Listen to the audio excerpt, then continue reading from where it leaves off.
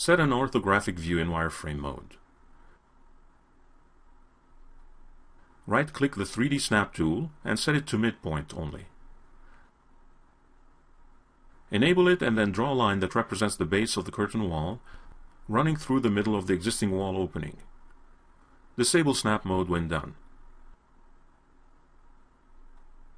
Extrude the line you created to fill the opening.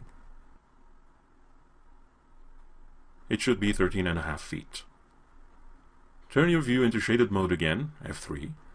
Also make sure that edged faces mode, F4, is active, so that edges are visible in the viewport.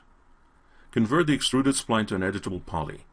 Next, you start subdividing it to help with the creation of mullions. Expand the modeling ribbon and choose the Swift Loop tool. This will help you subdivide the curtain wall. Place your cursor in the appropriate positions and click to divide the mesh.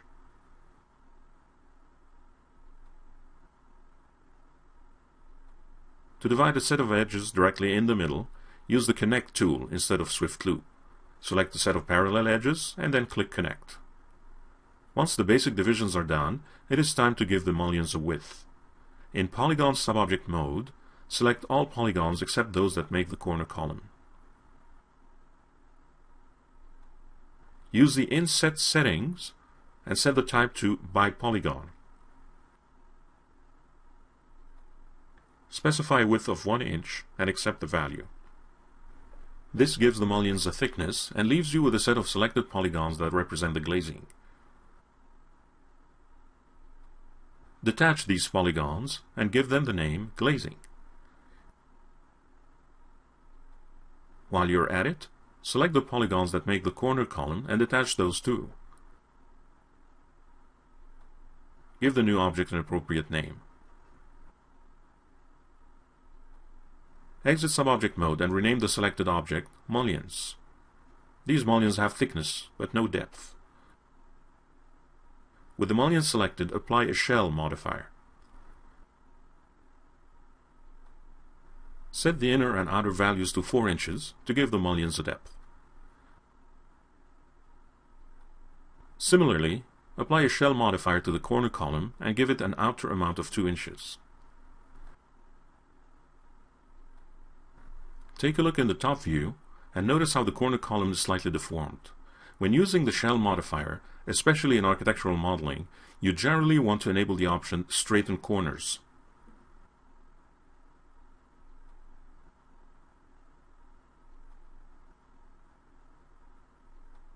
Finally, do the same for the glazing with very small inner and outer amounts.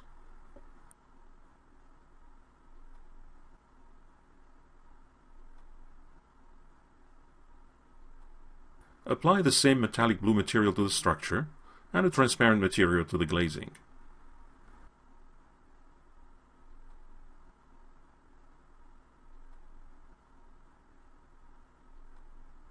At this time, the shell modifier gave you a basic inner and outer extrusion to the mullions. This would be fine for most purposes when the building is viewed from a distance.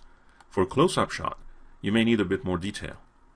Instead of a simple extrusion, you can use the shell modifier in conjunction with a spline.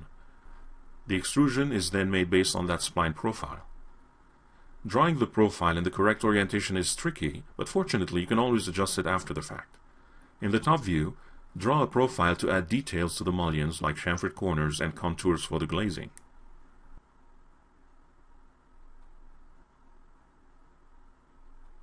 When done, select the mullions and in the shell parameters, enable Bevel Edges. Click the None button and then select the spline you just created. In this case, the bevel is done in the opposite direction than the one anticipated.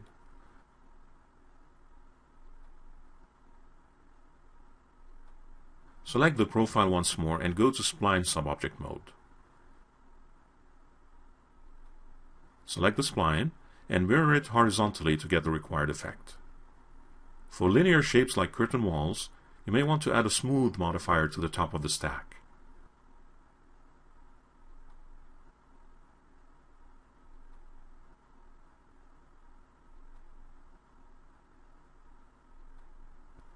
The mullions are still dependent on the profile. You can add more detail to the profile and see them update on the mullions.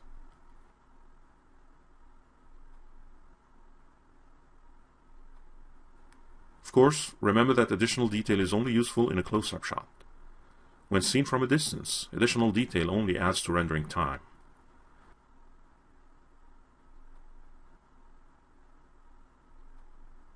In this 3-part series, you learn different methods to model architectural metal.